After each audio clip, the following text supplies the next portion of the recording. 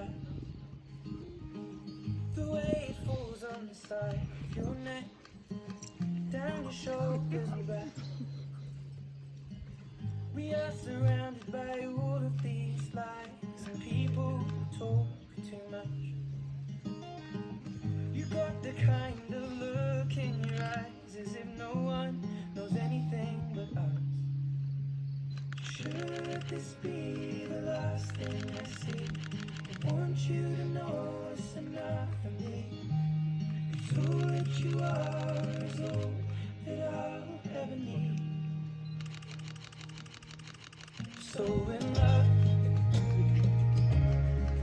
so in love, so in love,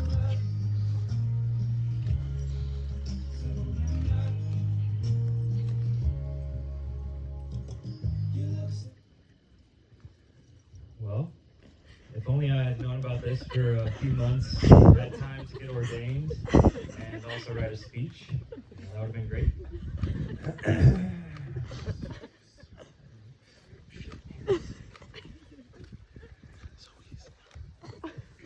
Thank you. No president has done more for African Americans than Donald. Oh shit! That's my speech for next weekend. Sorry about that. In all seriousness, thank you all for being here today. I know it means a lot to Ryan and Brie that everyone was able to make it out without really knowing what they were making it out to. This is an awesome venue and a perfect day for a wedding. We are really fortunate to be surrounded by family and loved ones. I would like to take a moment to honor the loved ones that aren't with us today. We certainly feel their presence on this day, and a few that came to mind, Mary Forbes and Brian Robinson. I know they're proud of you all.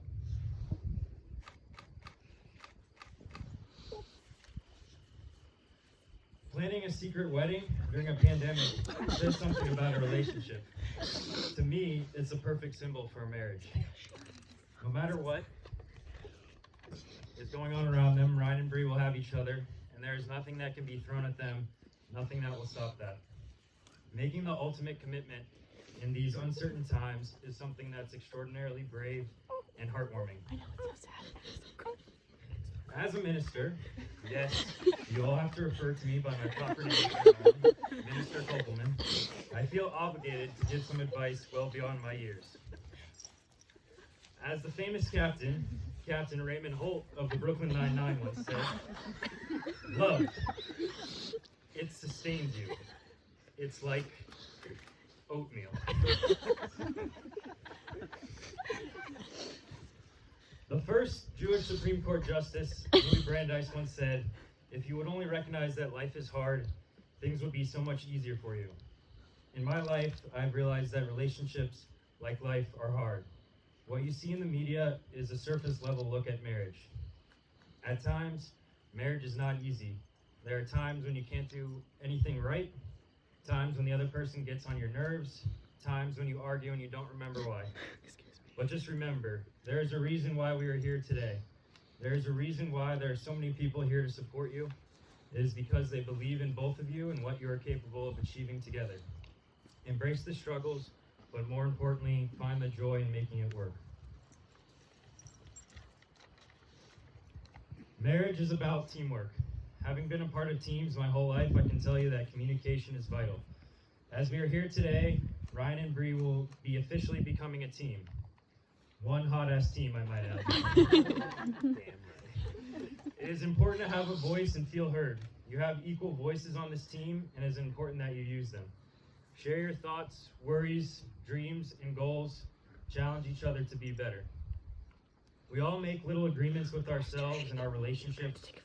Marriage is a lot of little agreements. Some are good, some are bad. It's important to keep it simple. Here are the 4 agreements that I live by, as stated by Don Miguel Ruiz. Number 1, be impeccable with your word. Number 2, don't take anything personally. That one's a little tougher for some people than it is for others. Don't make assumptions, and always do your best. With that, we are going to have Ryan and Brie exchange their vows. They have each written something that they would like to share with each other and with all of us. Brie?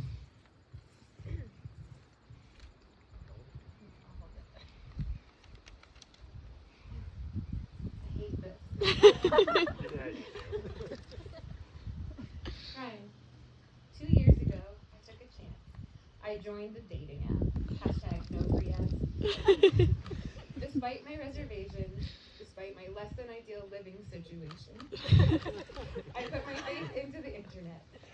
After some back and forth text exchanges, we made a plan to meet at Backyard Brewery on the upcoming Saturday. But, as it turns out, neither of us could wait. So on Thursday night, we agreed to meet for a drink. There you were, standing under the archway outside of Margarita's, waiting, as you will always do. As I approached, I was nervous, my stomach full of butterflies. What if you were a murderer? Jury's not out. But you smiled at me and your whole face lit up. It felt familiar and comfortable, and I was intrigued. So like any good victim, I followed you inside.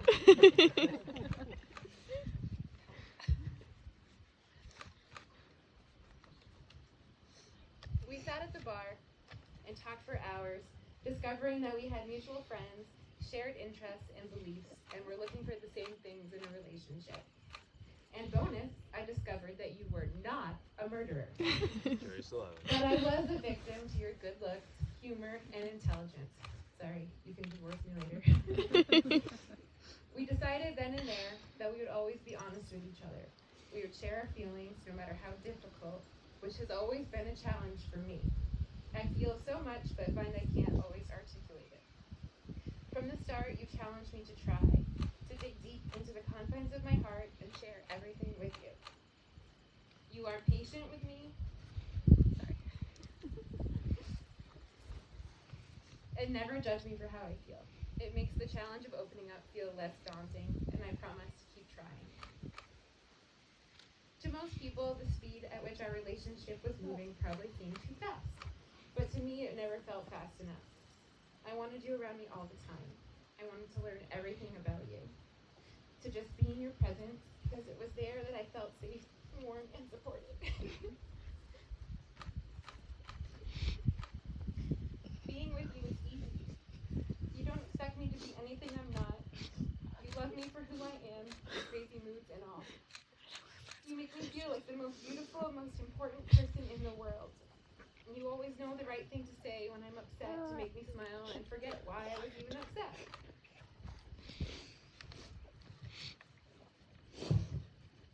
You are the most thoughtful human that I've ever met. You know that the little things are the most important, and you show me every day how much I mean to you. I promise to also do the little things, to take a deep breath before I get angry, and to love you more tomorrow than I do today. I promise to support you in whatever creative endeavor you choose. I will be your biggest fan, standing at the front row of your show, or if you're lucky, beside you on stage. I love you for all the things you are today, and all the things you will be. Give me butterflies. I love you. Thank you, Brie. I'm really good at words. And this was the hardest thing I ever wrote. Nothing will capture it. So, short and sweet, to the point. Breezy, I wrote you a letter a little more than a year ago about how your love was different than any love I'd ever experienced before. Incidentally, it was the only lie that I've ever told you, because I've never loved anyone like you. My love for you is so absolute and world-shattering that I question my own judgment for ever thinking that I've known love before. I never doubted for a second that you were the one for me. You're the most beautiful person inside and out that I've ever met. And I'd like to send my sincerest thanks to the creators of Hinge. Ads for them. For bringing you to me. So today, in front of this carefully curated group out of our family reunion, that's the line, remember that. I promise you this. Until my final breath, I will spend every moment working to continue being worthy of your love. I will support you in everything you do, and I'll move anything, including you, out of your way so you can get where you're going. I love you, Breezy. Always have. Always will. And I'm so happy I don't have to wait another second not being married to you.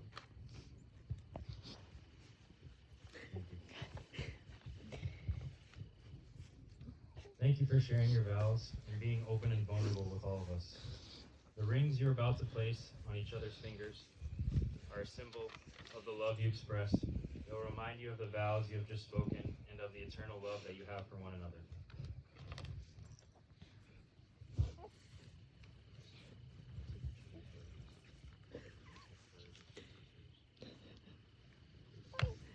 My mascara is really bad. Ryan, please take Bree's hand and repeat these words. I give you this ring as a symbol of our love. I give you this ring as a symbol of love.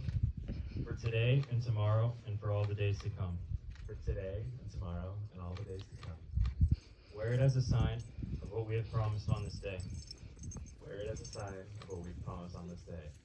And know that my love is present, And know that my love is present, even when I am not. even when I'm not.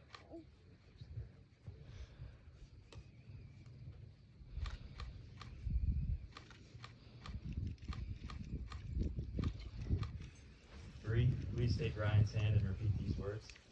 I give you this.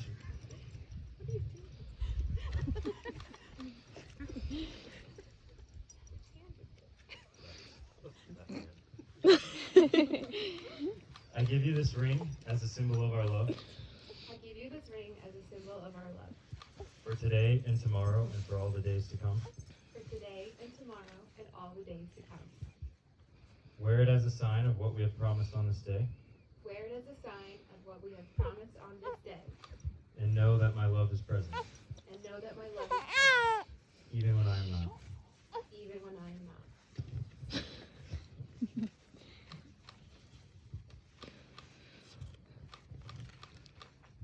At this point, I would like to invite Bob and John up. They have co-authored an amazing poem that they would like to share with you all. Everyone, please welcome Bob and John. That's just a joke. Don't worry. The poem was great though. I like that they both went. He's like, I Ryan, feel like I'm supposed to. do you take Brie to be your lawfully wedded wife? Absolutely. Brie, do you take Ryan to be your lawfully wedded husband? Yes. And so, by the power invested in me by the Universal Life Church in the state of New Hampshire, I now pronounce you husband and wife. You may kiss the bride.